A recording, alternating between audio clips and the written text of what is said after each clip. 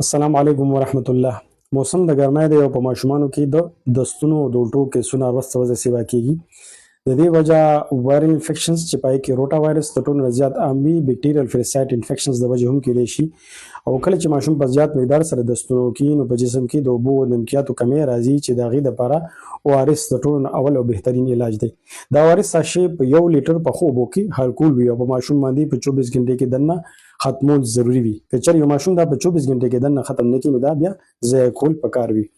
که چېرې ماشوم دا نیمکول نسکي نو بیا پکار دی چې دا تیار نیمکول ورته شروع کړی شي.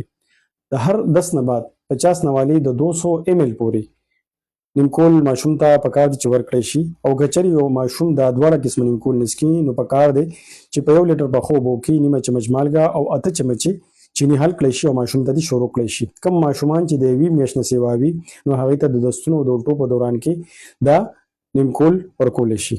د دستونو په دوران کې ماشوم ته په زیات مقدار سره کیله، ماستو او چاول او لکیر ورکولی شي. او کوم سیزونه ډېر زیات خواږه وي لکه چاکلیټ شو، جوسونه شو، هغه ماشوم ته نه دي ورکول پکار.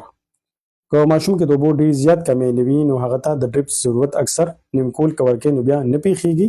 او د ماشوم د صفای خاص خیال ساتل پکار وي. او چوسني شوه، فیډر شو، د دې نه ماشوم لرې ساتل پکار وي.